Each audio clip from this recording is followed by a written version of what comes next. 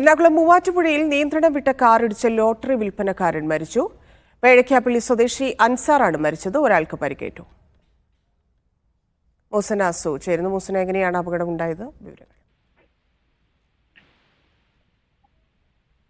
ഇന്ന് വൈകിട്ട് 3:30-ഓടെയാണ് മൂവാറ്റുപുഴ പേഴക്കാപ്പള്ളി കൈനഗര കാവിന് സമീപം അപകടമുണ്ടായത്. അമിത വേഗത്തിൽ ആണ് കാർ എത്തിയതെന്നാണ് ദൃക്സാക്ഷികൾ പറയുന്ന വിവരം. ഈ അമിത വേഗത്തിൽ എത്തിയ കാർ നിയന്ത്രണം വിട്ട് ലോട്ടറി വിൽപ്പന നടത്തുകയായിരുന്ന അൻസാറിനെ ഇടിച്ച് തെറിപ്പിക്കുകയായിരുന്നു. കാർ പിന്നീട് റോഡരികിലൂടെ നടന്നു പോവുകയായിരുന്ന പ്രദേശവാസിയായിരുന്ന രഹനയും ഇടിച്ച് തെറിപ്പിച്ചിട്ടുണ്ട്. അൻസാറിന്റെ ജീവൻ രക്ഷിക്കാൻ സാധിച്ചില്ല.